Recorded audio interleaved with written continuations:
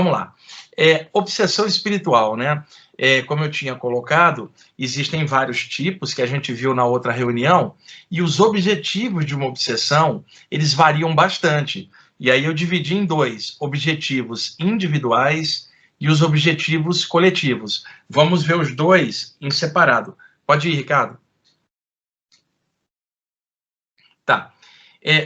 Os agentes extrafísicos que às vezes se aproximam na hora que a pessoa está fora do corpo, principalmente durante o sono, ou que às vezes são trazidos em reuniões de sessão de desobsessão, através dos médiuns ali para receber orientação, ou numa sessão de umbanda, de descarrego também, ou num grupo mais esotérico que faz trabalhos espirituais também, é muito comum encontrarmos esses tipos que eu vou mostrar aqui agora. Primeiro, o enfermo extrafísico. É uma entidade doente extrafísica, não é uma entidade obsessora de vida passada ou que promove um ataque, é uma entidade que não está muito lúcida, ela está carente, ela está doente, levando em conta que o corpo espiritual dela é dotado de alta plasticidade e reflete tudo que está na mente da pessoa. Então, muitas vezes uma pessoa passa um período de doença durante anos e quando ela desencarna, ela deixa o corpo que estava doente e o corpo espiritual não adoece. Ele é um campo de energia mais sutil, mas a ideia da doença está na mente da pessoa e o corpo espiritual tende a refletir tudo que a pessoa pensa. Como a pessoa passou um período doente, a ideia da doença está muito forte na mente dela e o corpo astral então vai tomar a configuração do que está na mente, caracterizando que ela é uma pessoa adoentada extrafisicamente, sendo que o corpo astral não degenera, não morre, está além do plano físico, mas a mente pode criar uma compressão psicológica e isto apresentar as seguintes características, que são três. O demente extrafísico, que é uma entidade que não tem lucidez, é uma entidade que está com problemas mentais seríssimos, ela está com baixa lucidez, ela não consegue sair do clima mental dela, praticamente ela está pirando em looping com as formas mentais relativas à doença, apego às coisas físicas, medos dela e diversas condições. Ela gira em looping, presa nas formas mentais dela mesma. Esse tipo de entidade é muito trazido para perto de médiuns para que a descarga de energia da aura de um médium possa criar um choque energético na entidade para ela despertar. Ou seja, despertar seria sair daquele campo mental interno dela para ela se tornar lúcida, sair daquela capa mental, aquela realidade virtual construída pela mente dela em que ela fica em looping. Nem sempre é apenas aplicar energia. Depois disso, tem que ter terapia, conversar com a pessoa, clarear, olha, você desencarnou, esse aqui não é o corpo físico, aqui é outro plano, você vai lembrar que você já existia antes de você nascer no plano físico, fica tranquilo, você vai ser tratado, vai entrar com um banho de luz, banho de cores. Eu vi muito trabalho de cromoterapia em hospitais extrafísicos. Então, esse é o tipo clássico, o demente extrafísico. A expressão demente aqui no sentido, a lucidez está muito baixa e a pessoa em looping mental.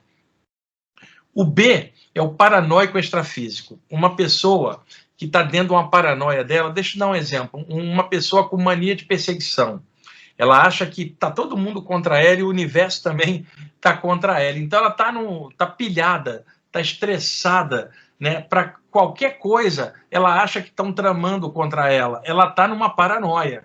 Essa entidade é mais difícil de cuidar porque não aceita o que você está falando com ela para clarear. E é essa que fica temando assim, eu não morri, eu não morri, eu não morri. Ela fica em looping com a ideia de não aceitação de que passou para outro plano. Quantas vezes vocês viram isso em reuniões, né? Uma entidade teimosa e paranoica, inclusive com a ideia da passagem por lado de lá, que ela não aceita de jeito nenhum. Aí tem que ter paciência, carinho, tempo para cair a ficha, energizar ela com sentimentos legais e deixar que do lado de lá os mentores devagarzinho vão quebrando as defesas mentais dela e vão introduzindo novos conceitos para ela se abrir. Leva tempo.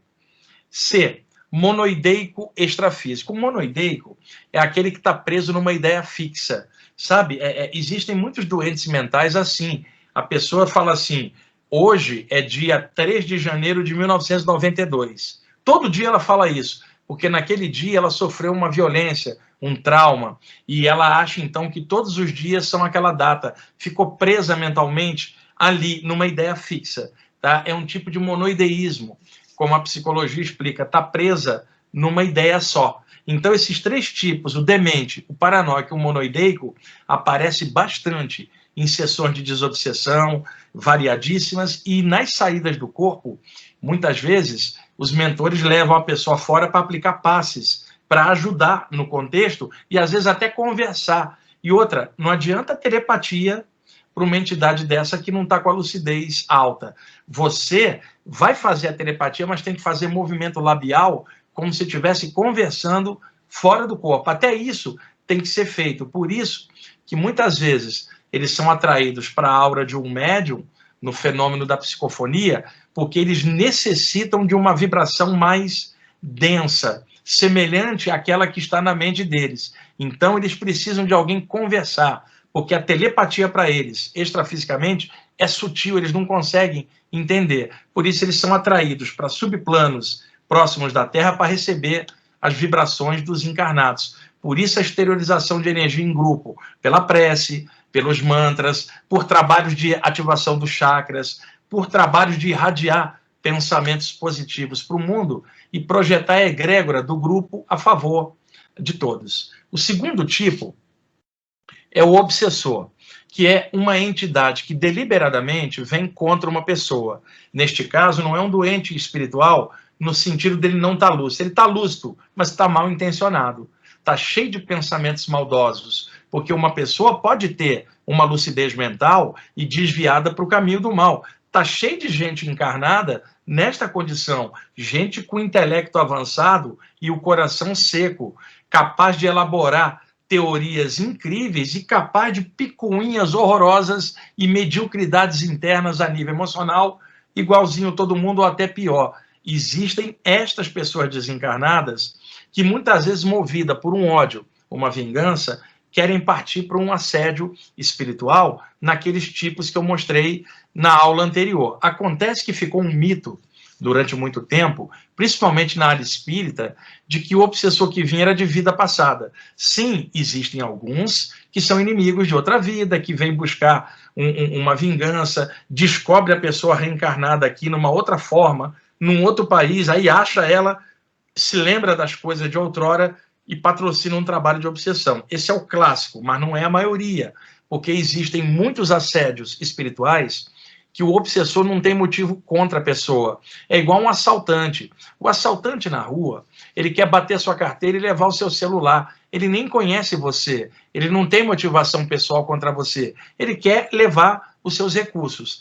A maioria dos assediadores extrafísicos são batedores de carteira energética, ladrões energéticos, vampiros energéticos. Eles não têm motivação pessoal, eles querem drenar energia de algum tipo. Agora, se você está na rua, alguém que é seu inimigo e te conhece há décadas, acha você e programa um ataque a você, isso não é aleatório, ele foi direcionado. Agora, um assaltante na rua, ele é aleatório. A mesma coisa, alguns tipos de obsessores são assaltantes energéticos e tem aqueles outros que têm motivação pessoal. Vai variar de caso para caso. E o terceiro, que é o auto-obsessor, que é o obsessor criado na mente da pessoa, sabe? Uma forma mental que a pessoa criou e que ela olha, acha que é um espírito e morre de medo daquilo e foi a própria mente dela que criou. Isso é mais comum do que se pensa. Uma obsessão, melhor, auto-obsessão, por formações mentais da própria pessoa contra ela mesma. Pode passar, Ricardo? Influências espirituais negativas ocorrem basicamente por acoplamento áurico e por influência psíquica. Podem ser intracorpóreas ou extracorpóreas. É o seguinte, as influências espirituais negativas, elas podem ocorrer por aproximação, o clássico caso do encosto, uma entidade encostou, mas muitas vezes uma influência espiritual pode ser a distância, onde uma entidade no astral inferior, chamado umbral, tem grande poder de concentração, mas não tem sentimento, e começa a emanar ondas mentais que alcançam a mente da pessoa, introduzindo na mente dela ideias negativas e formas de pensamento pesadas à distância. Então, essas influências podem ser espacialmente próximas, mas às vezes elas podem ser também à distância. Pode passar. Tá. Essas influências podem ser intracorpóreas ou extracorpóreas. Intracorpóreas, quando elas ocorrem aqui, nós estamos dentro do corpo, elas ocorrem por diversos mecanismos. E extracorpóreas, quando elas ocorrem durante o sono, fora do corpo. Vamos ver pelas intracorpóreas primeiro. A. Encosto. Simples caso em que uma entidade encosta na aura de alguém. Os motivos são os mais variados, né? Então, tem um encosto aqui simples, que é direto. Uma entidade desencarnada encosta na aura de um encarnado. Esse aí é o clássico, né? Que todo mundo fala, acho que encostou alguma coisa. O segundo tipo de encosto é o composto, indireto. Ou seja, uma entidade desencarnada encosta na aura de uma pessoa encarnada, que é um ente querido da pessoa, e colado na pessoa, quando esta pessoa se encontra com você, vai haver um abraço, um acoplamento áurico. Veja, aqui está, por exemplo, à direita, o Ricardo, tá? Que é o encarnado aqui da direita. Aqui, esse encarnado da esquerda é o Augusto. Então, o Augusto chega para dar um abraço aí no Templo Velhos do Oriente, onde o Ricardo estava. Acontece que veio encostado na aura do Augusto uma entidade. Na hora que o Augusto abraça o Ricardo, essa entidade acessa o Ricardo pelo acoplamento áureo, que pode o Ricardo sentir alguma coisa e falar assim, tinha um troço pesadão junto com Augusto. Eu não vi, mas eu senti. Então, isso é uma variação do encosto. Pode ser simples, pode ser também composto. Pode passar. B. Pressões subconscientes, quando ocorre a autoobsessão. Por que ela ocorre com a pessoa aqui encarnada? Monoideísmo, ideias fixas que muitas pessoas têm aqui. Precisa fazer terapia, combater, dissolver a fixação mental por algumas coisas. Autoculpa é terrível, porque quando a pessoa está com autoculpa, o campo energético dela fica baixo. A energia da gente reflete o estado íntimo da gente. Se a pessoa está com a autoestima alta, a aura da pessoa fica irradiante. É reflexo natural. Se a pessoa está com a autoestima baixa, o campo energético fica murcho, fica mais fácil de entrar uma energia intrusa. Então, uma das coisas que mais baixa a energia da pessoa é a autoculpa, porque traz tristeza. E outra, mantém a pessoa presa em algo do passado. Isso é muito complicado. Do passado, a gente tem que tirar lição e aprendizado dos erros, porque a gente também aprende nos erros. A repetição dos erros é que é um problema. O passado não existe mais, tá? Ele é relativo, ele é absoluto, já foi. O presente é o real e o futuro é relativo. Então, tudo que se passou está na memória da gente, a gente pode somar tudo isso e ir para frente. O problema é que a autoculpa mantém a pessoa ligada ao passado, e no passado estão entidades desencarnadas ligadas àquele passado que vão acessá-la pela autoculpa. Este é o motivo pelo qual entidades obsessoras usam também introdução da ideia da culpa na mente da pessoa, porque a pessoa sentindo autoculpa, cai o campo energético e o acesso deles é mais fácil.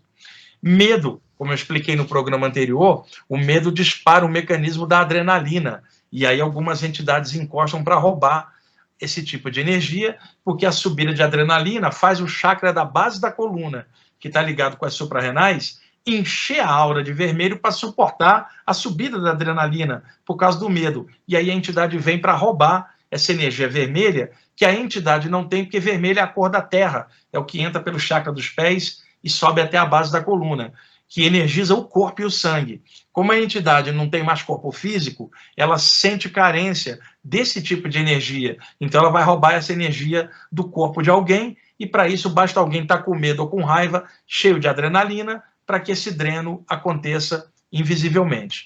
E também situações internas mal resolvidas, que podem causar autossabotagens psíquicas. Sabe aquela pessoa, Ricardo, que ela tem complexo de vitimismo, nunca está bem as coisas para ela, qualquer coisa que acontece, ela acha sempre algo negativo, mesmo em algo positivo, e quando está tudo dando certo, a pessoa resmunga assim, estou desconfiada, está tudo dando certo, eu acho que vai acontecer alguma coisa para estragar, ou seja, ela se auto-sabota, né? Ela própria cria esse clima. E espíritos obsessores adoram encontrar alguém com autossabotagem, porque a pessoa sabotando a si mesmo jamais será feliz. E se ela fica com a autoestima baixa, a energia dela não vai fluir para a aura repelir o ataque. Fica fácil entrar na aura dela. Pode passar.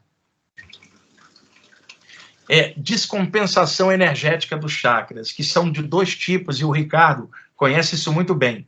Congestão prânica, que é o excesso de energia causando bloqueio em algum órgão ou em algum chakra, e a desvitalização prânica, que é o oposto, quando a pessoa está com falta de energia. As duas coisas são desequilíbrio. Numa está faltando, na outra está em excesso, bloqueando. Igualzinho eu falei na outra reunião, uma era a jásica, a outra é tamásica. Nenhuma das duas equilibra você. Então, tratamentos energéticos em grupo ajudam a consertar o problema, principalmente a acupuntura, que o Ricardo é craque, a aplicação de passes, energias, seja pelo reiki, a cura prânica, sei lá, qualquer método de passagem de energia, pode ajudar a equilibrar o campo da pessoa e ela se sente melhor. Pode ir. Maneiras de atuação nos assédios espirituais. Observem só. E ainda estou falando dos assédios aqui dentro do corpo. Depois a gente vai ver fora. Primeiro, assédio espiritual direto, que é o ataque de uma entidade obsessora em cima de uma vítima. O clássico. Assédio espiritual indireto. Um obsessor encaixa na aura de um encarnado que, por sua vez, vai afetar a vítima.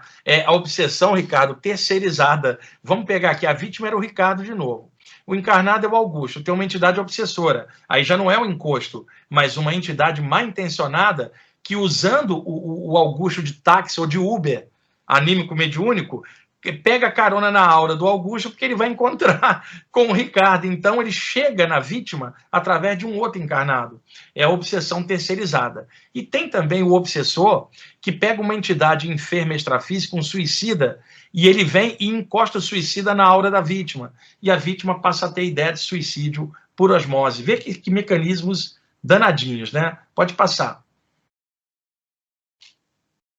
Bom, os tipos de ataques que são feitos, por exemplo, o ataque psicológico, onde a entidade obsessora invisível tenta introduzir climas psicológicos na mente da pessoa para fazer o campo energético cair, que aí é aquilo que a gente viu lá atrás, introdução de ideia de culpa, a ideia de plasmar uma forma horrível para causar medo. O ataque energético é o clássico, quando a entidade dá uma rajada de energia pesada em cima da aura da pessoa. Você imagina, o Ricardo está ali, fez um atendimento e tinha uma entidade pesadaça junto com a pessoa que ele atendeu com a acupuntura. A pessoa foi embora, o obsessor ficou. E esse obsessor está uma fera com o Ricardo, porque ele odeia a pessoa, e como o Ricardo ajudou a pessoa, ele perdeu acesso à pessoa, ele agora odeia o Ricardo. Então, o que acontece? O Ricardo está ali no consultório dele, essa entidade, se tiver alguma possibilidade, ela vai dar uma rajada de energia pesada no Ricardo. O Ricardo fala assim, pô, chegou uma carga pesada aqui, caramba, eu estou me sentindo mal. Entrou algo aqui, é o ataque clássico direto por vias energéticas. O anterior é psicológico, né? Que é a introdução de ideias para causar climas ruins na mente e cair o campo da pessoa.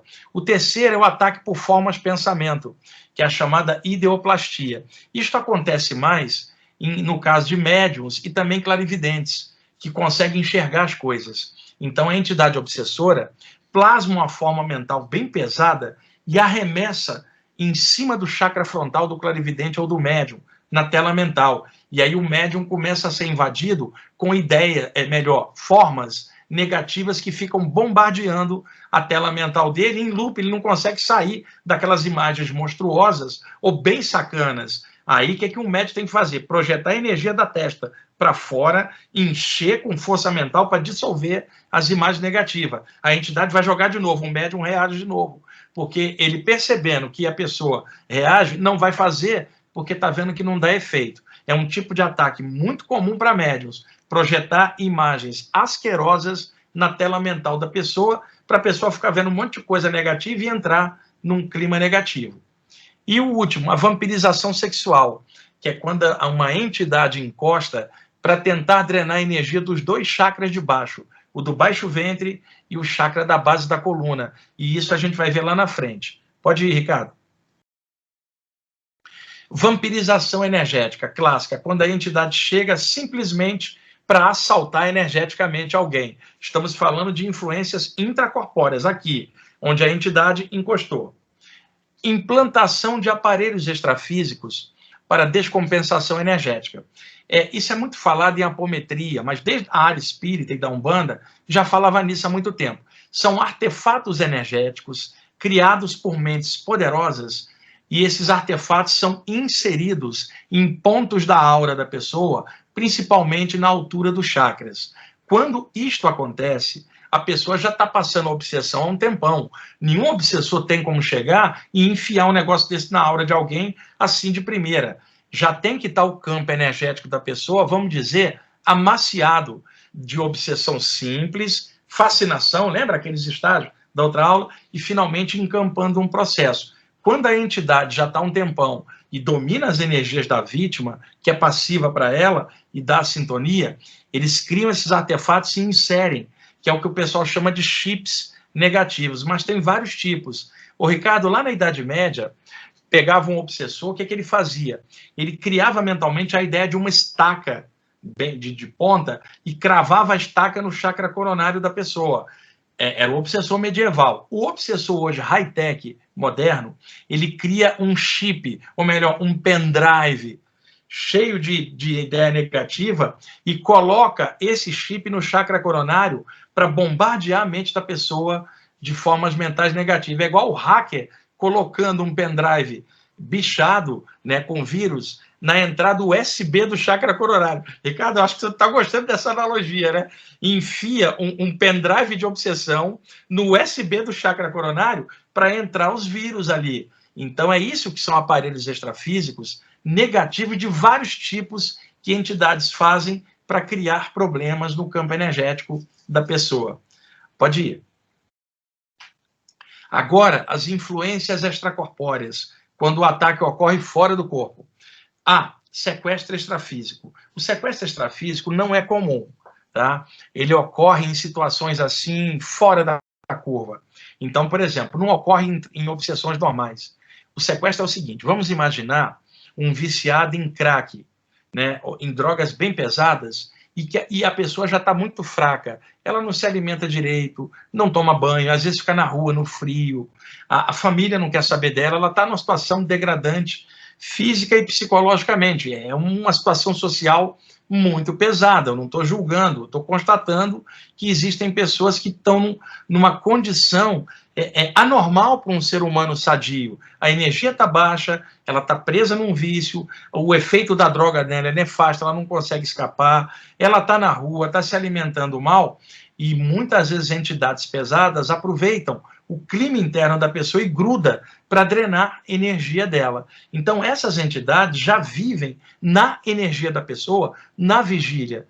Então, quando durante o sono o metabolismo cardiorrespiratório desce e as ondas cerebrais relaxam, o corpo espiritual da pessoa se desprende um pouquinho por sobre o corpo humano, na saída do corpo natural durante o sono, mas no caso ali inconsciente, a entidade que já está um tempão na vigília junto com a pessoa, conhece todo o padrão energético dessa pessoa.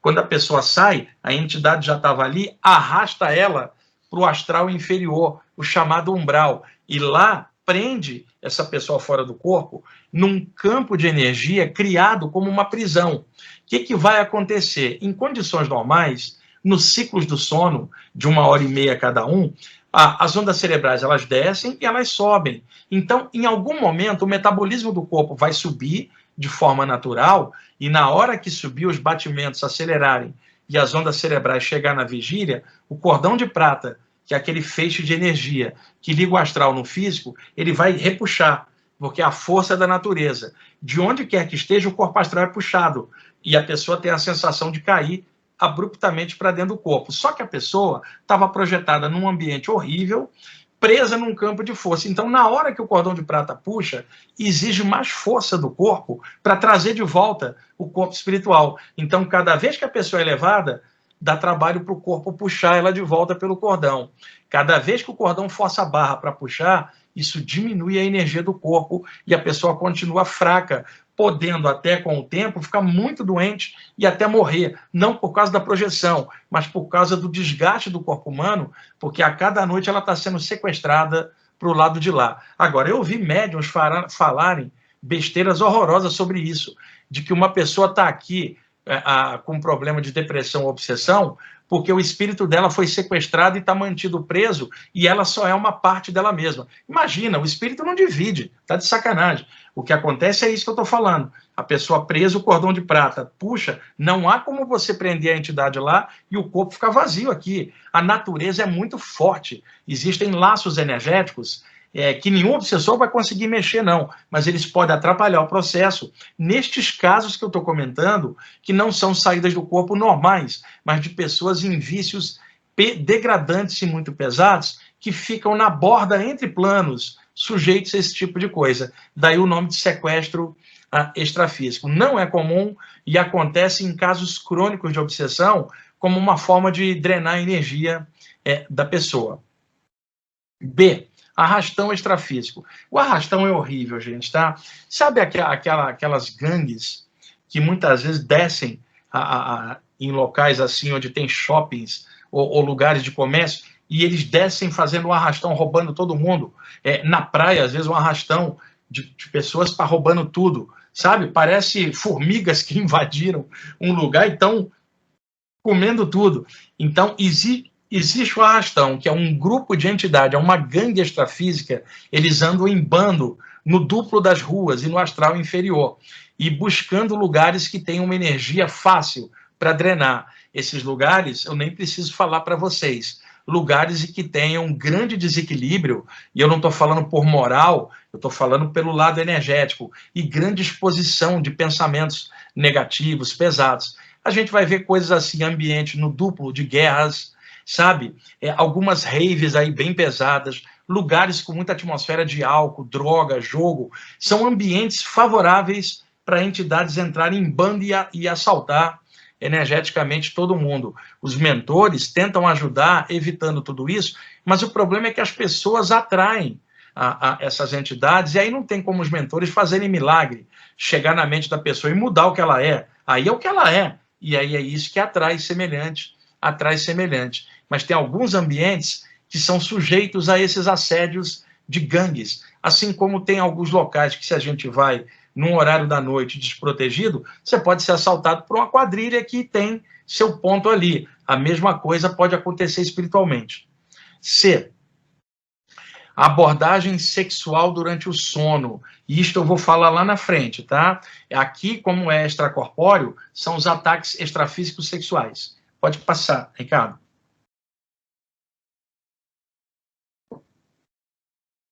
Ataque extrafísico direto, quando a pessoa está fora do corpo agora. O ataque psicológico fora do corpo, com a entidade jogando só ideia negativa na mente da pessoa, para desestabilizá-la. Ataque por formas de pensamento. Como a pessoa está fora do corpo agora, a entidade plasma a forma mental que a pessoa vê na frente. É o mesmo mecanismo anterior, só que agora fora do corpo. Ataque energético. A pessoa está fora do corpo e as entidades dão uma rajada negativa no corpo astral dela, durante a saída do corpo. Ataque sexual, já já a gente vai ver. Luta extrafísica. É muito comum, nas saídas do corpo, entidades desequilibradas xingarem a pessoa fora do corpo, chamar para briga, porque aí a pessoa perde o equilíbrio e entra na vibe deles, que é uma vibe rajásica, de atrito, e aí a pessoa perde energia. Pessoal, igualzinho aqui no plano físico. Fizeram uma ofensa, entra no ouvido e sai no outro. Fora do corpo, mais ainda. Não aceite clima de briga. E xingam sua família, dizem que vão te matar. E o obsessor também usa muito sugestão. Ele fala assim, vou fazer tudo dar errado na sua vida. Você vai ver como vai acontecer e vou ferrar com sua família. O obsessor faz isso, não é que ele consegue, porque se conseguisse já tinha feito. Ameaça para causar medo e um medo desequilibrar a pessoa, ou para causar raiva, para partir para uma luta, que é o clima que a entidade quer para drenar energia. Pode passar. Implantação psíquica de pesadelos. Quando uma pessoa está num estado alterado de consciência, isso quando há um processo de obsessão, ela está um pouquinho para fora do corpo durante o sono, uma polegadinha para fora. se tiver uma entidade no ambiente que já estava na vigília, ela vai projetar ideias negativas para que a pessoa entre num clima de pesadelo. E o pesadelo faz o quê? Causa medo. Medo causa descarga de adrenalina, que é a energia que eles vêm buscar. Então, o pesadelo causado por obsessão, o objetivo é drenar a energia da adrenalina por causa do medo. Agora, entendam, pesadelo é anímico, é normal. De vez em quando a mente cria um enredo fantasioso, pesadelar, para descarregar ideias negativas da mente e o medo, que todo mundo tem de alguma coisa. E isso que eu estou falando aqui é no caso de uma obsessão, quando a pessoa está meio para fora do corpo, arrajada de ondas mentais com ideias pesadas para gerar o pesadelo na pessoa e ela perder energia através do pesadelo. Implantação de aparelhos extrafísicos no centro energético do corpo espiritual. Aqui, a pessoa está fora do corpo e aí a entidade obsessora insere aqueles chips nos chakras do corpo astral. Quando a pessoa encaixa de volta, o chakra astral vai encaixar no chakra do duplo etérico, formando um centro só. Como dentro do chakra tem um troço negativo, isso vai passar para dentro do corpo na hora que a pessoa voltar. Então, alguns aparelhos extrafísicos são inseridos no astral para a pessoa trazer aquilo para dentro do corpo e o efeito se dá depois. Pode ir. Tipos de obsessores, tá? Configurações e plasmagens. Entidades usando a capacidade da plasmagem de forma do corpo psíquico tomam formas específicas, seja para causar medo, ou às vezes é a forma que eles gostariam mesmo de ter, pode-se plasmar o que quiser. Então tem entidades que estão dentro de certas vibrações que eles simplesmente emulam a aparência daquilo. Então vamos lá. Configurações e plasmagem. Inimigo do passado é o clássico, a entidade que por um motivo de outrora vem em cima de você, mesmo você estando numa outra encarnação e não lembrando, muitas vezes ocorrem esses assédios que são mais complexos, porque há um motivo lá atrás e às vezes a pessoa que está encarnada, que é vítima da obsessão, ela pode ter prejudicado a pessoa em outra vida. Então existe nela um link pelo ato antigo com a pessoa, que busca ela agora por vingança. Então, qual é a defesa diante de entidades que nos buscam por coisa passada invisivelmente? É fazer dessa encarnação um motivo de dignidade do espírito. Eu estou encarnado, vou fazer o melhor possível, eu não lembro o meu passado, mas no meu próprio dia a dia eu tenho altos e baixos, então vidas passadas têm altos e baixos. E, de repente, quando eu estava no abaixo, eu posso ter feito besteira. Eu não sei. O que eu sei é que, neste momento, eu preciso crescer muito. Caso algo venha do passado, que melhore, que se transforme, porque eu também estou me transformando. Então, a grande desobsessão é o despertar da consciência, né? Simplesmente a pessoa melhorar o que ela puder e ficar bem positiva. Inclusive, se aparecer o obsessor do passado, se ela está bem, ela trata dele e acaba desfazendo o processo. Mas não é fácil, é claro. Galhofeiro extrafísico. É um tipo de entidade, Ricardo, muito comum, acopla num médium e fica gargalhando o tempo inteiro. Não é a risada, é gargalhada irônica. Eu descobri nas sessões de desobsessão como médium, incorporava aqui comigo uma entidade gargalhando pela minha boca e eu percebia tudo que ele pensava. Por que eles faziam isso? Eles não eram entidades divertidas, eram entidades terríveis. Por que ficava gargalhando? Porque era um mecanismo. Através da gargalhada, ele criava ondas sonoras para não escutar o que o doutrinador estava falando com ele na sessão. Então, ele encobria o som da voz do doutrinador, que estava, às vezes, fazendo a prece, com o som da gargalhada irônica. Depois que ele desacoplava, o cara fechava a cara. Ele não é um sujeito irritado, é melhor, divertido. É um galhofeiro, um enganador, que fica rindo o tempo inteiro. São entidades perigosíssimas, viu? Porque você vê que ele fica rindo e você acha que está tudo bem, ele é divertido, e não é. São galhofeiros extrafísicos. E um tipo muito comum são os palhaços. Vocês sabem que tem pessoas e crianças que têm trauma de palhaço, né? Vê a pessoa paralisa. Tem entidades que plasmam palhaço e eles usam a plasmagem do corpo astral para esticar o corpo astral, fazem pantomimas, e aí a pessoa fica ali engambelada com aquilo, eles vão e fazem um ataque na hora. Eles fazem a pantomima do palhaço para tentar distrair a pessoa. Sabe, Ricardo, uma pessoa que falava muito nesses palhaços, porque via muito, a Ivone Pereira, que era médium, Eu conheci a Ivone Pereira no Rio de Janeiro no iniciozinho da década de 80, ela já estava com muita idade. Ela me contou muitos casos, ela via muitos palhaços, ela aplicava passe, ajudava essas entidades, mas são perigosíssimas. Doente extrafísico, a gente já viu o tipo lá atrás. Familiar desencarnado, desequilibrado. Sabe, Ricardo, aquele tio que era pesadão, sabe, viciado em coisa pesada, desencarnou e fica no astral da família, e às vezes ele tem raiva do sobrinho, tem raiva do outro e fica ali atazanando. É um parente desencarnado complicado. Já era complicado em vida a relação. E ele fica no astral da casa, complicando as coisas também. Pode passar.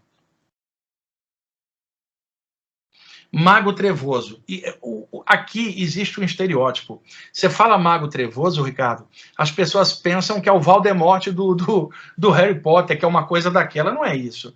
Quando você fala mago trevoso, num sentido clássico, é uma pessoa que trabalhava por bem, fazia cura, estudava, em algum momento ela se corrompe e vai para o lado escuro da força, e agora utiliza energia e magia contra a própria humanidade. Foi para o lado escuro, é um Darth Vader do astral. Então, mago trevoso não significa que ele vai aparecer com chapelão, roupa de mago.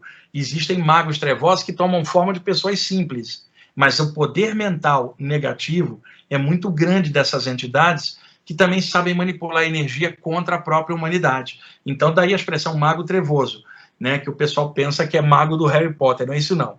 Vampiro extrafísico. Aqui, o vampiro é o ladrão de energia, mas tem um detalhe que eu descobri também importante, Ricardo.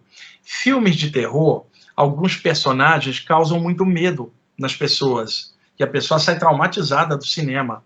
Então, alguns personagens clássicos, filmes de vampiro, pegando aqueles vampiros lá do século XX, lá da década de 1930, o Bela Lugosi, que era o ator húngaro que fazia o Drácula, o outro ator alemão, o Nosferatu, e tinha também, já na década de 1950, pela Hammer americana, o Christopher Lee, que incorporava o Drácula, contra o Dr. Van Helsing, que era o ator Peter Cushing, naquela época. Depois foram surgindo outros Dráculas e vampiros modernos, e hoje você tem aqueles vampirinhos do Crepúsculo, que é tudo vampiro anêmico, vampiro Nutella, você olha para um deles e não tem medo. Agora, você olhava lá para um Christopher Lee, um Bela Lugosi, aquela roupa de feltro e tal, você falou, isso aí é terrível. Entidades desencarnadas tomam forma de vampiros clássicos do cinema, incluindo a roupa de feltro, dentão, para causar medo.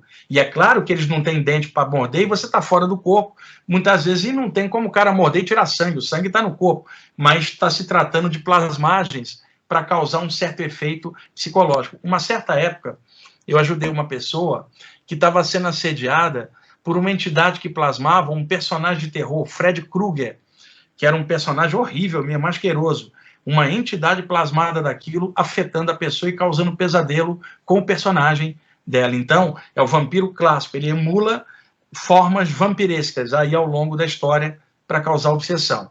Fera extrafísica, que é a chamada zootropia.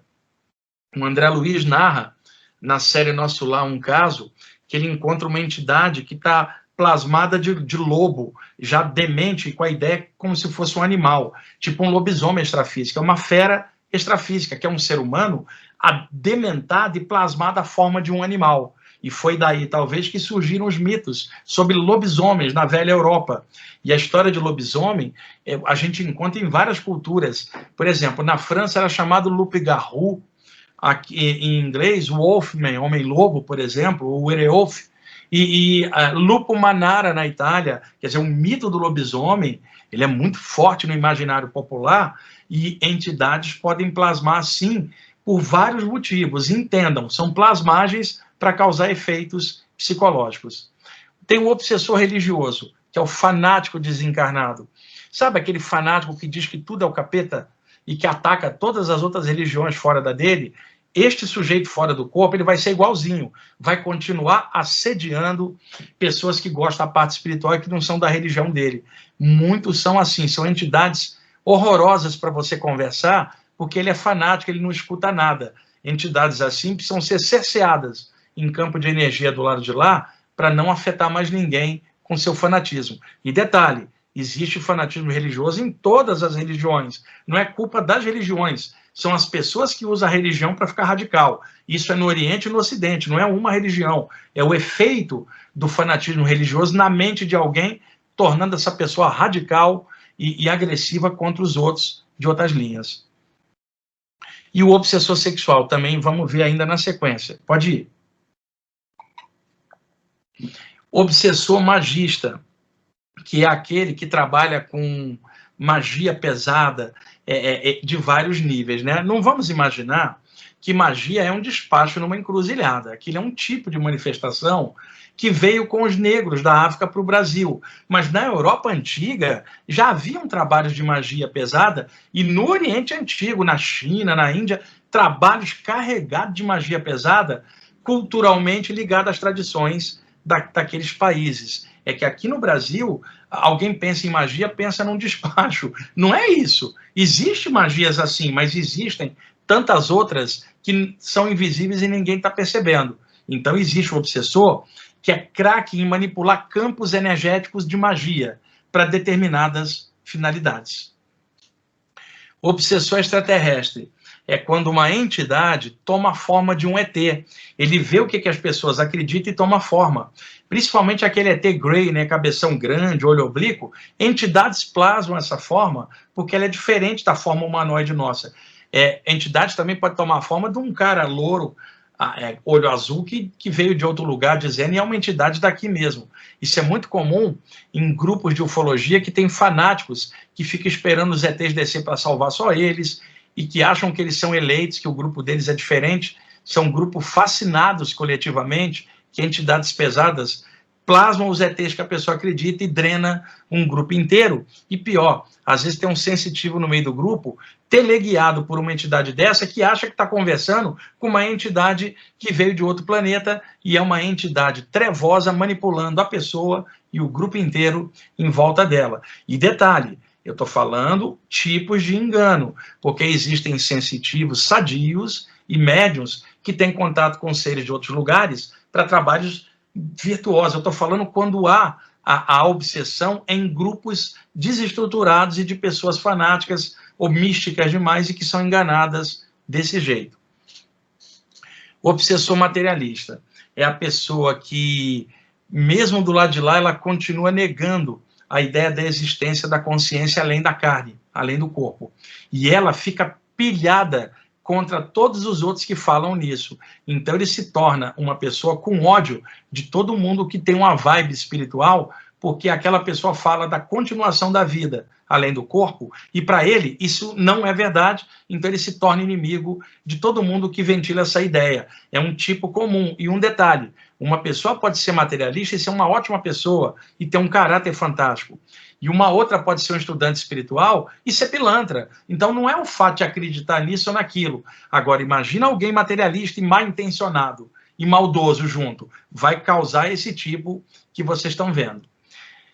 Mercenário extrafísico são entidades que fazem obsessão mediante pagas energéticas. O salário é energia. Então, muitas vezes em trabalhos pesados, são evocadas entidades do astral inferior para fazer um ataque extrafísico contra alguém. Pago, mandado, às vezes pago por alguém aqui embaixo.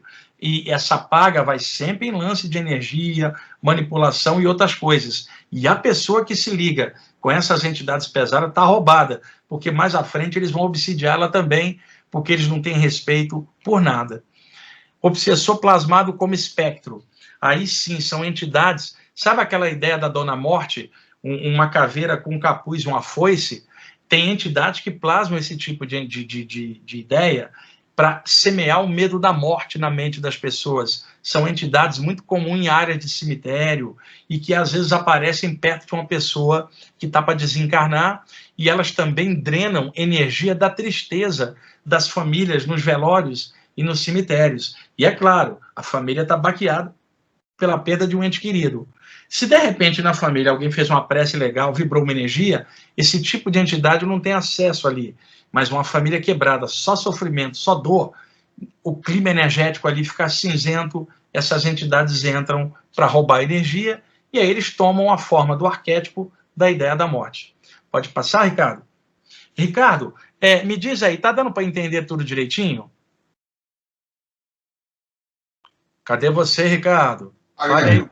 Tá dando para acompanhar direitinho? Sensacional, Wagner. Tá? Eu estou assim tentando fazer de uma forma bem didática, o Ricardo, para fazer uma coisa completa, bem legal, né? E não estou usando imagens, a gente usou na outra aula. Então agora eu estou classificando por temas que ajuda todo mundo que trabalha nessa área, tá bom? Agora, a desobsessão é todo e qualquer processo que desative um processo obsessivo. Podemos classificá-lo em dois tipos, a desobsessão mediúnica e a desobsessão anímica. A mediúnica é a clássica, onde o grupo de médiuns se reúne, os mentores trazem as entidades obsessoras tiradas de vários lugares e acoplam nos médiuns para desfazer o trabalho, desmagnetizar as coisas e depois liberar para assistência em outro plano. É uma assistência que usa médiuns. 2, desobsessão anímica. Esta é menos conhecida. Vamos imaginar um grupo ocultista bom, em alguma linha esotérica, que esse grupo tem uma egrégora ótima, esse grupo se reúne, eles vibram formas mentais luminosas a favor do mundo, bolas de energia, sabe? Mantras, preces, sabe? E ficam ali um tempo dentro daquele ambiente de luz irradiando para ajudar a humanidade. Tem grupos assim que a humanidade não conhece, são grupos mais secretos, eles não trabalham com a parte mediúnica, trabalham com a parte anímica. O campo energético deles é excelente. Mentores entram no campo energético, manipulam as energias dali e levam para algum lugar onde há uma sede espiritual para soltar a entidade obsessora. E o pessoal do próprio grupo pode nem saber, porque as energias estão sendo irradiadas, os mentores direcionam a energia para onde precisa. Tem uma analogia, Ricardo. Vamos supor, você é um leiteiro, um fazendeiro. Você vai lá, extrai o leite da vaca. Você enche lá uns tonéis de leite. E você passa para o distribuidor. O distribuidor vai levar o leite para algum lugar que depois vai ser processado e levado para consumo e comércio. Você, sendo fazendeiro, você não tem ideia aonde o leite vai parar. Você colheu o leite e aí o distribuidor que vai levar. A mesma coisa um grupo. O grupo é o fornecedor do leite espiritual, que é a energia, né? Os chakras são os pontos por onde as energias fluem. Os amparadores regulam essa energia e direcionam para onde precisa. Eles são os distribuidores. Então tem a desobsessão anímica também. Pode ir.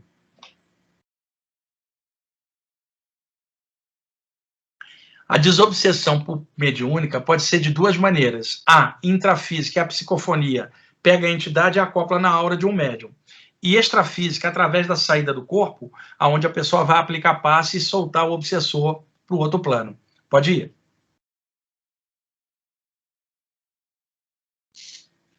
Desobsessão anímica pode ser de três maneiras. Pode ser energética, por mentalização, como eu acabei de falar, pela ação de uma egrégora, ou por isca psíquica. Isca psíquica é o seguinte: aquele grupo com aquela atmosfera, eles não trabalham com mediunidade.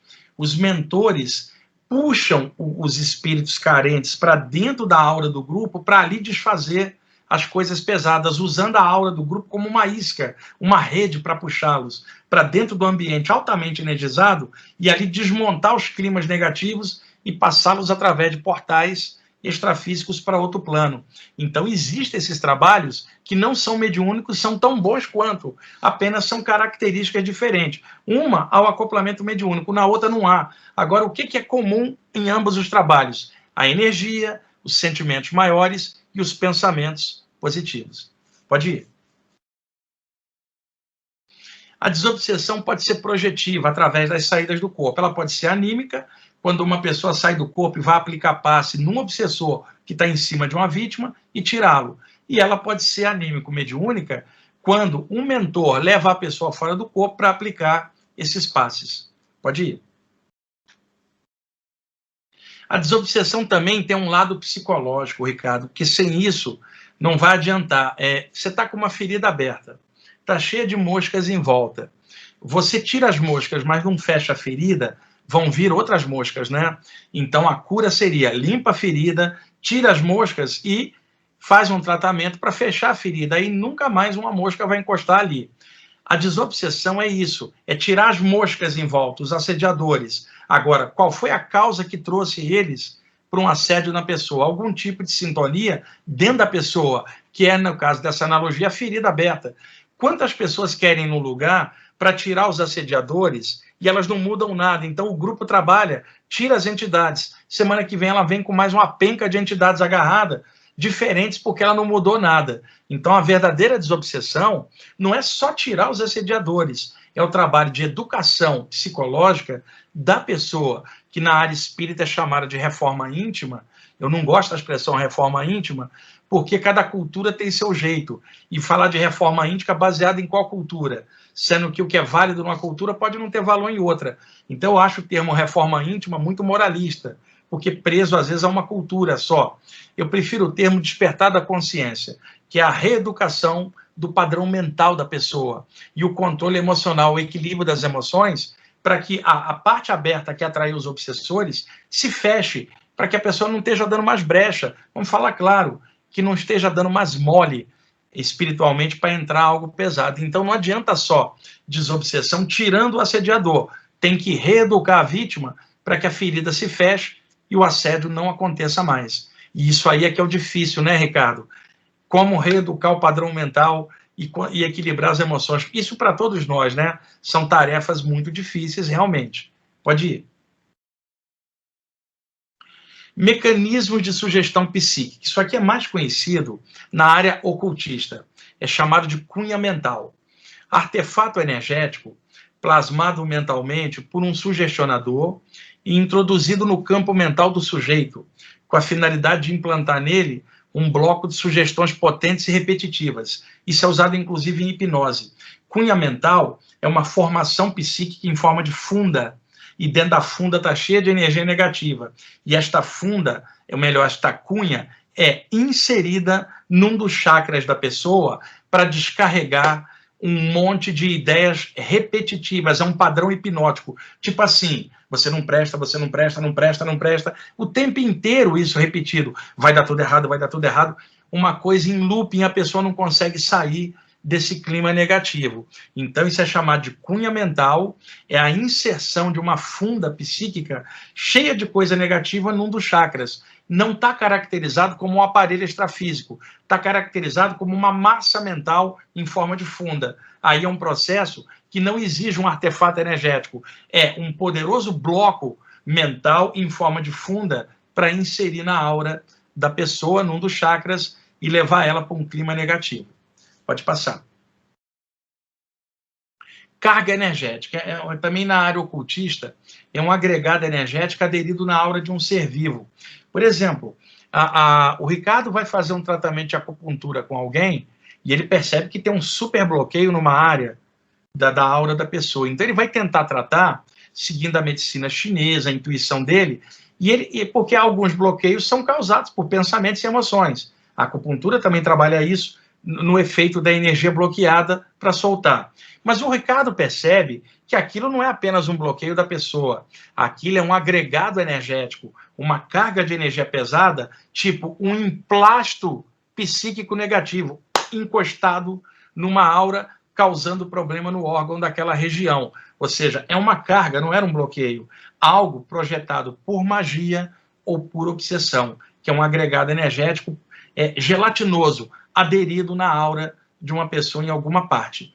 Sortilégio é uma carga energética encomendada através de processo de magia trevosa. É também carga energética, mas é chamada sortilégio porque é um trabalho de magia encomendado por uma pessoa que queria ferrar com a vida da pessoa, e isso não dá para eu explicar hoje o mecanismo, que a gente entraria num outro tipo de tema. Pode ir. Encanto. Carga energética preparada para encantar ou dopar a vontade da vítima, sabe? E principalmente em filtros projetados para tentar encantar a pessoa por uma outra, trabalho de amarração afetiva, né? Aliás, você passa em alguns lugares aqui de São Paulo, do Rio, tá cheio de panfletinho colado nos postes, trabalho de amarração. E o pior, Ricardo, o pessoal da garantia, em uma semana a pessoa volta. O pessoal paga uma grana para esse tipo de coisa. Que coisa estranha, né? A pessoa, em vez de trabalhar a perda dela, transformar e tirar a lição dessa perda e ficar pronto para a próxima relação, ela fica igual mendigo ou mendiga, pedindo espiritualmente a entidades pesadas que façam algo para a pessoa voltar. Aí acontece um processo, Ricardo. Se a tal pessoa começa a ser assediada por essas energias de encantamento e ela volta para a pessoa que pagou por esse trabalho maldoso, a pessoa vai voltar cheia das energias dessas entidades ruins. Quando ela voltar e abraçar a pessoa de volta, vai haver um acoplamento áureo que toda essa carga passa para a pessoa mandante do trabalho. Ou seja, quando você vai beijar essa pessoa na boca, você está beijando a boca do umbral, porque a energia que trouxe a pessoa de volta é aquela. E levando em conta que semelhante atrai semelhante. Se uma pessoa não tiver nenhum link com você, você pode fazer qualquer trabalho, a pessoa não é atraída de volta, porque cada um tem seu livre-arbítrio. Agora, tem gente de mente fraca, facilmente influenciável, que pode ser manipulada através dessas coisas. Pode ir. Quais são os benefícios de um trabalho espiritual? Isso em qualquer linha, gente, tá? Mas aqui na linha da desobsessão, principalmente. Veja, desenvolvimento dos chakras no próprio trabalho, aumento do potencial anímico mediúnico, melhoria da lucidez e da rememoração nas saídas do corpo, melhoria da saúde física. É claro que não vai haver milagre, de repente você tem pressão alta, vai continuar com a pressão alta, não vai curar isso, não é isso não. Quando diz melhoria da saúde, porque o campo energético fica melhor quando você trabalha suas energias. E aí você, inclusive, consegue dissolver pequenos problemas do corpo. Agora, algo crônico, você vai ter que conviver. Às vezes é um aprendizado para você, ou é karma, mas algumas coisas são deletadas da aura quando você está num trabalho desse bem legal. Sensação de ser útil, que não há grana que pague isso, é estado de consciência, né, de cada um. Pode ir. Desenvolvimento dos sentimentos da pessoa, maior integração com os amparadores, maior cobertura extrafísica no dia a dia, falando da parte espiritual, fortalecimento psíquico e formação de novas amizades espirituais. Lembrando que a proteção dos mentores, ela tem o limite dela no nível extrafísico, tá? Se você estiver numa rua e tiver um assaltante, ele vai assaltar você, o mentor não pode impedir esse assalto, ele está em outro plano. Tá?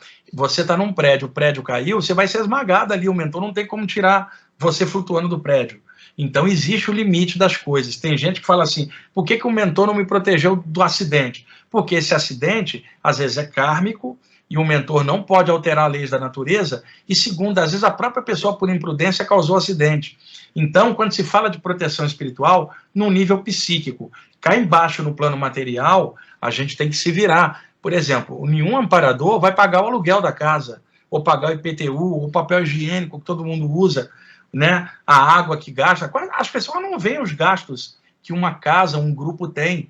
Todo mundo quer tudo gratuito e não percebe as despesas e o trabalho que dá para quem mantém aquele grupo, né? Então, é importante saber que a proteção espiritual ela tem um limite. Tem gente que cobra, tipo assim, Ricardo, por que os mentores não avisaram da Covid?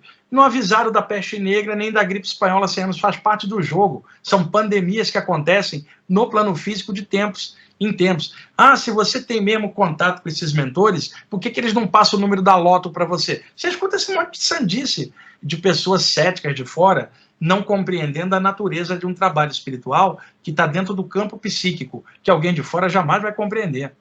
Pode ir. Maior amadurecimento consciencial e visitas a lugares do plano extrafísico evoluído, que os mentores levam a pessoa para que ela possa aurir energias elevadas, inclusive para trabalhar melhor no dia seguinte e ajudar mais pessoas. Pode ir. Desenvolvimento espiritual dentro da temática espiritual, que toda e qualquer pessoa que aprofunda de forma séria nessas áreas, naturalmente tem isto como um ganho consciencial, porque está mexendo com outra atmosfera diferente do plano físico. Veja, maior compreensão das leis da evolução. Causa gera efeito, você começa a entender isso, ação gera reação, portanto fazer o mal para o próximo não é um bom investimento, já que tudo que a gente projeta volta lá na frente. A pessoa descobre isso estudando a parte espiritual e procura pautar a ação dela de forma a não prejudicar o próximo. Certeza da imortalidade da consciência. A pessoa não teme mais a ideia da morte, ela aceita de que um dia vai embora e quem ela ama também vai. É do jogo, inclusive nem há o que fazer. E todos nós que estamos aqui no corpo, um dia vamos ter que sair. Tem que aceitar isso. Agora, estudar para ficar forte, para lidar com estas possibilidades. Possibilidade de ajudar os outros, aproveitamento das horas de sono nas saídas do corpo e vitalidade espiritual. Pode ir. Sensação de ser útil, melhoria da sensibilidade espiritual e o principal, amadurecimento da consciência no trato com esses estudos e trabalhos espirituais. Pode passar? E aqui, na reta final já, Ricardo, o que eu tinha prometido na outra vez, os íncubos e súcubos, tá? Aqui, um desenho que eu peguei, tem uma mulher tendo um pesadelo e uma entidade em cima dela, que seria chamado de um íncubo. Eu vou pegar de uma forma fácil a descrição que está no Wikipedia, só para pegar uma coisa popular, depois eu descrevo espiritualmente. Pode passar. Íncubos e súcubos são os nomes pelos quais os europeus da Idade Média denominavam os espíritos trevosos, considerados como demônios noturnos, que atacavam sexualmente as pessoas durante o sono. Aqui é a descrição que eu fiz sobre isso, tá? Pode passar. O íncubo era o demônio com forma masculina e o súcubo era o demônio com forma feminina. É óbvio que a ignorância da época transformou os espíritos assediadores de então em demônios sexuais. Pode ir. Aqui sim a fonte do Wikipedia, a descrição do íncubo assediando uma mulher durante o sono. Pode ir. Íncubo, do latim incubus, do verbo incubare, ou seja, ir para dentro, incubar algo.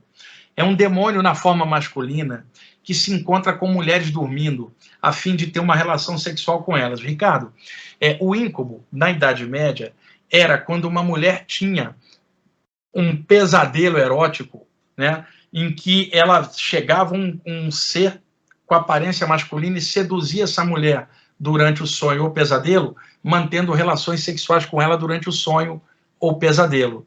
Então isso foi chamado de íncubo, que é quando o ser que transa com a mulher é a aparência masculina, daí o nome íncubo, que é a entidade plasmada com forma masculina assediando uma mulher. Deixa eu descrever o súcubo para a gente ampliar, pode ir. O íncubo drena a energia da mulher para se alimentar e, na maioria das vezes, deixa-a morta ou então viva, mas em condições muito frágeis. A versão feminina desse demônio é chamada de súcubo. Pode ir. Meio de ataque.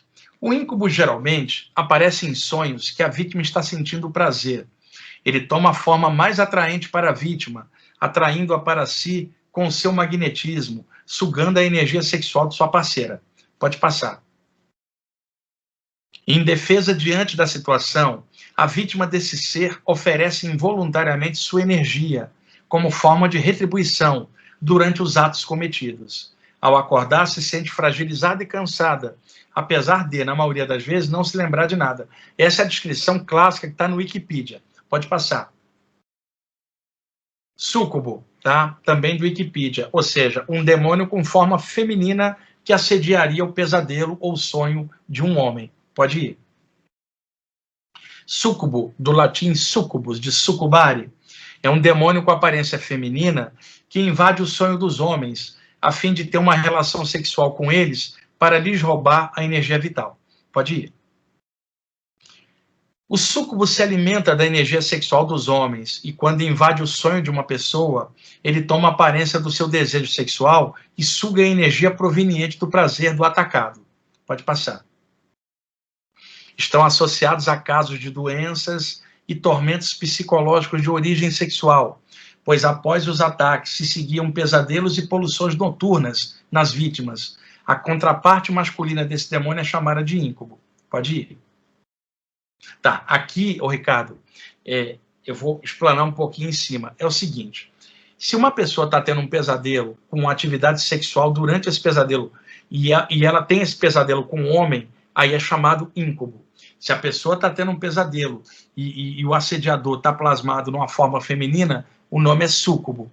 Então isso ficou famoso na Idade Média, a ponto de uma pessoa estar neurastênica, por exemplo, e de repente o pastor da área, o padre, dizer que pode ser um íncubo ou um súcubo que está drenando ela durante o sono. Agora, repara, não existe demônio fora do corpo. O demônio é uma falácia criada pela ignorância religiosa dos homens. Existem espíritos desencarnados com atuação maldosa, alguns deles até plasmando o demônio que a pessoa tem medo. Por que lá na Índia ou na China não existe aparição de entidades com o formato do diabo aqui ocidental vermelhinho, né, com barbicha, aquele diabo standard, padrão?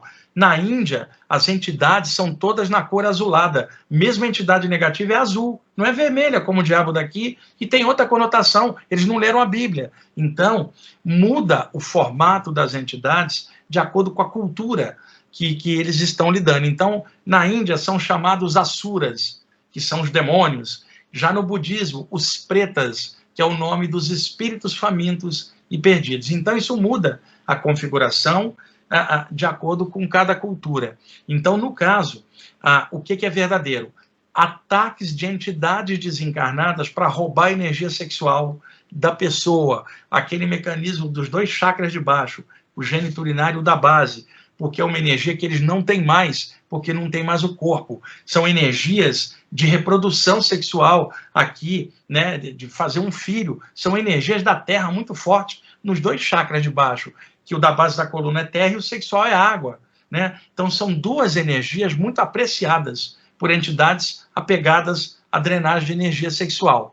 Então, quando uma pessoa dorme e sai do corpo, o que acontece? A entidade toma o formato de alguém erótico na visão da pessoa para tentar atraí-la para um coito extrafísico. Só que a pessoa está fora do corpo. Os genitais estão no corpo adormecido. O que tem é um corpo energético que não reproduz, não engravida, não tem ereção, não tem lubrificação vaginal, nada disso. Mas a mente da pessoa regula o corpo astral dela como se fosse o corpo físico. Então a pessoa pode achar que tem uma ereção e o corpo astral plasmar aquilo.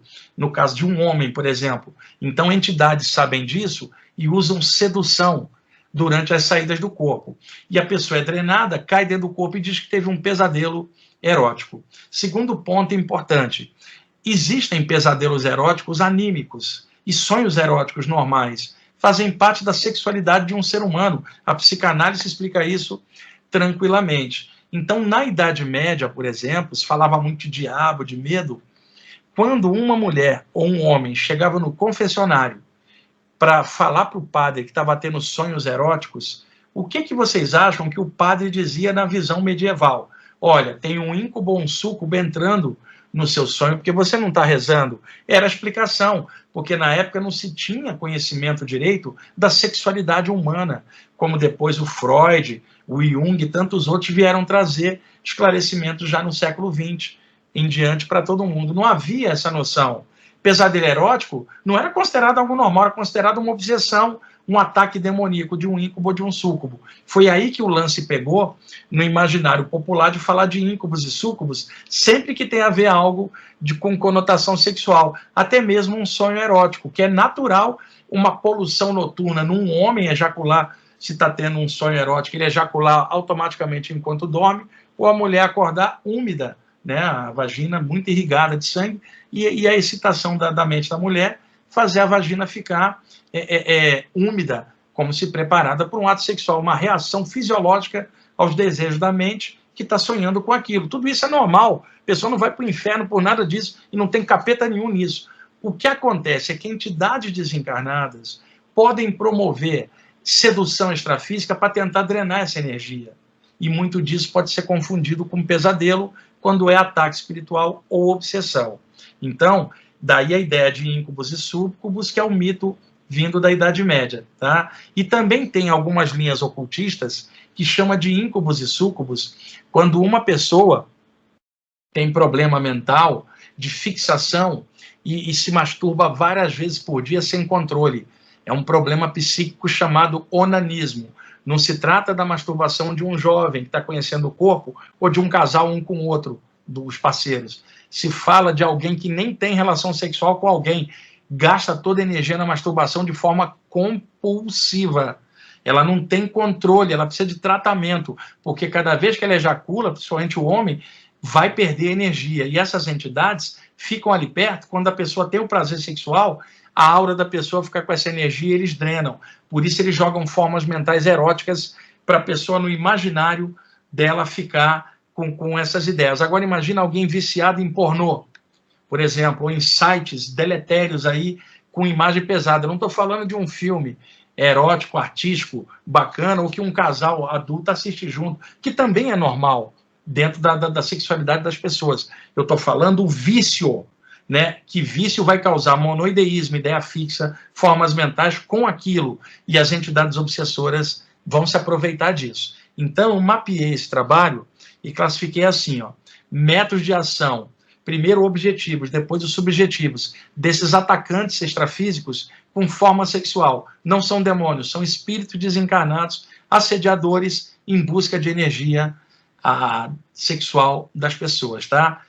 Método de ação objetivo. A, materialização por intermédio da ectoplasmia. Ricardo, uma entidade, isso é raríssimo, pode plasmar o corpo astral dela e materializar no quarto e tentar um ataque sexual em cima da vítima, que vai achar que é um agressor encarnado, porque a pessoa está sólida naquele momento. É raríssimo.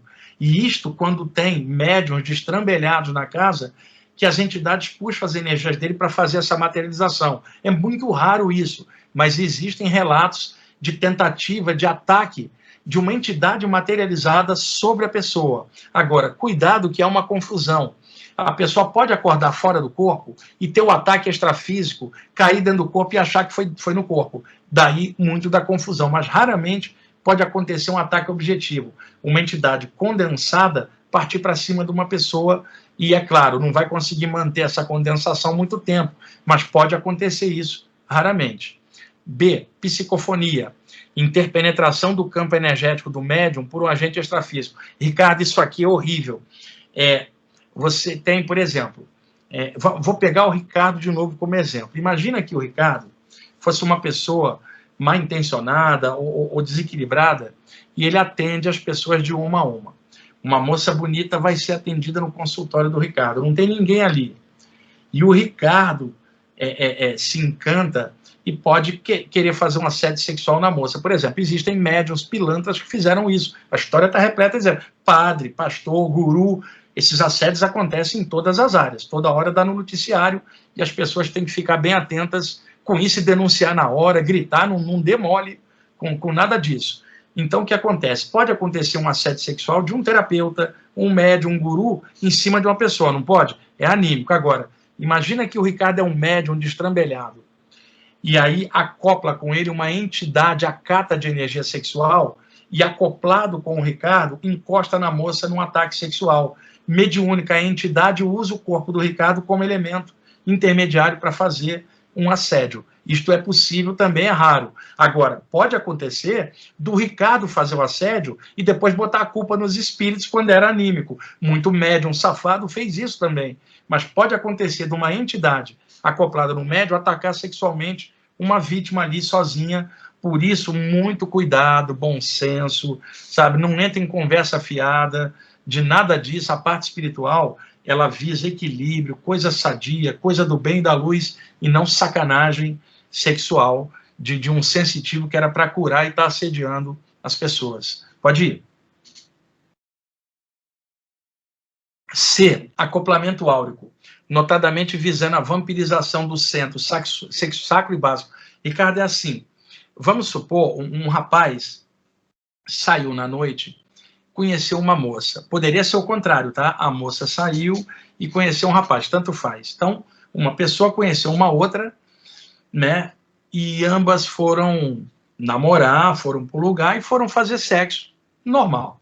Acontece que uma das pessoas tinha uma entidade grudada já nela. E quando há um intercurso sexual da dupla, há um acoplamento áurico. Então, a entidade que estava acoplada numa dos parceiros, ele vai drenar energia sexual do outro através do próprio ato sexual. Porque como ele está colado ali, sabe? É uma coisa horrível. A pessoa que veio para a relação com alguém tem uma carga junto de uma entidade. E essa entidade drena o outro parceiro através dela. Por incrível que pareça, esse tipo de coisa existe, que é o vampirismo sexual terceirizado, e não há camisinha que proteja isso. É a exposição das pessoas para parceiros de forma assim aleatória, é uma roleta russa também espiritual. Pode ir. Agora, os métodos subjetivos dos ataques sexuais, tá? Projeção da consciência através do ataque fora do corpo, que é o clássico da entidade tomar forma e tentar o ataque sexual. B, clarividência, pela projeção de imagens eróticas na tela mental da vítima. Eu comentei isso lá atrás, tá? A pessoa está ali, de repente, invade a ela um monte de ideias asquerosas sobre sexualidade, ela entra nesse clima e fica sujeita à drenagem energética. Pode ir. Clareaudiência, pela projeção de palavras vibracionalmente pesadas. Ricardo, alguns sensitivos escutam sons psíquicos que não são propagados pelo ar, que as ondas sonoras se propagam pelo ar. Uma entidade desencarnada não tem corpo, não tem cordas vocais, ele não tem como produzir som, voz para você escutar pelos ouvidos, mas ele tem como produzir uma telepatia tão pesada, uma onda mental tão pesada, que parece voz dentro da mente da pessoa, e xingando, falando coisas eróticas asquerosas, ao pé do ouvido mental, se é que eu posso chamar assim, com coisa negativa sobre sexualidade, para desestabilizar a pessoa que fica ouvindo isso, para ela entrar num clima ruim. A pessoa precisa cortar isso, irradiar energia amarela na cabeça, porque corta essas conexões e mantém a mente dela limpa desses ecos psíquicos, vamos chamar assim. D, paratoques. Os paratoques é o seguinte, a palavra para, quando você quer falar de algo em outro plano, paralelo, você fala mão, aí você fala para a mão extrafísica. Uma entidade, aproveitando que a pessoa está descoincidente fora do corpo, meio para fora, ele encosta na pessoa, o Ricardo, com o toque da mão espiritual dele no corpo espiritual da pessoa. Veja, vamos supor, Ricardo, eu estou sentado aqui, estou meditando, aí a aura do meu ombro se solta, tá? Eu não estou fora do corpo, só a aura. Uma entidade vem, coloca para a mão dela no campo energético exteriorizado, ele não está tocando no meu ombro, ele não tem como tocar na parte física, mas ele tem como tocar na parte exteriorizada, que é o ombro, a energia do ombro, para ombro. Então, isso é um paratoque. Durante o princípio da saída do corpo, uma entidade pode chegar para dar toques eróticos em determinadas regiões do corpo da pessoa, para fazer uma bolinação extrafísica, que a pessoa pensa que é no corpo e é no corpo espiritual, ligeiramente desencaixado, a pessoa não sabe disso, acha que é o corpo, volta para a vigília e fala, tive um pesadelo que estava sendo bolinado ou bolinada. Isso são os paratoques. Não são causados pela saída do corpo. Isto ocorre quando a pessoa está muito complicada, já há um processo de obsessão. E durante o sono, quando ela se solta, a entidade continua ali. A entidade não vai atacar ela porque ela saiu do corpo, já ataca na vigília e vai aproveitar também fora do corpo. Se a pessoa está em condições normais, não vai acontecer isso. Mas se ela está num dos níveis de obsessão, como os que eu mencionei antes, pode acontecer isso aí, caracterizando um assédio sexual. Pode ir. Influência mental direta. Introdução de formas de pensamento eróticas na mente da vítima. Isso aí está bem óbvio, né? Pode passar. E, para finalizar, causas de um ataque sexual. Aqui genéricas, é claro, mas tudo isso aqui pode causar um assédio desse. Primeiro, insatisfação sexual. E a insatisfação, Ricardo, ela pode acontecer até com a pessoa numa relação normal, mas ela está insatisfeita com uma troca energética junto ou com um relacionamento. Uma pessoa pode estar há décadas sem ter sexo e não está insatisfeita, ela está bem com ela mesma.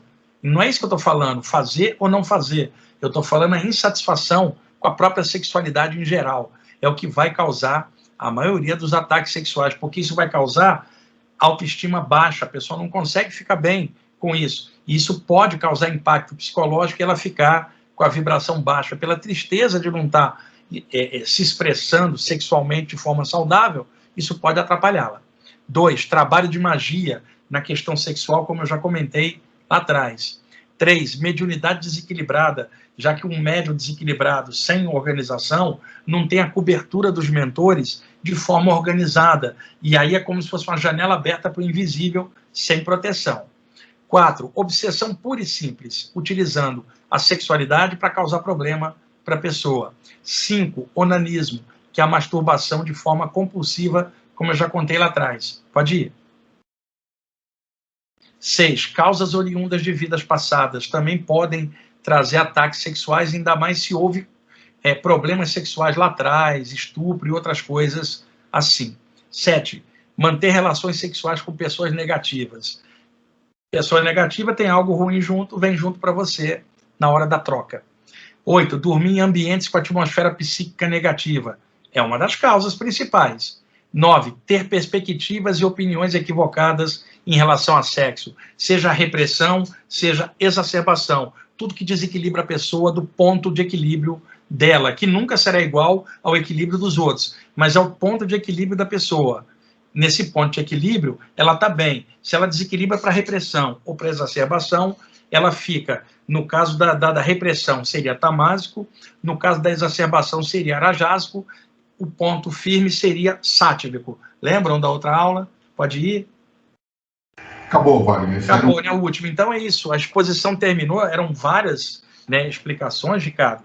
E agora a gente pode abrir para perguntas, né, do pessoal, tá bom? Bom, Wagner, você lembra do Zanarotti, não lembra? Lembro.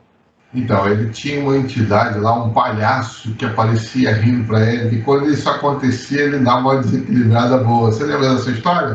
Lembro dessa história. É porque o Zanarotti conhecia bem esse tipo de ataque, né? E o Zanarotti, ele chegava a rir, ele falava, o cara assediador pensa que me engana, né?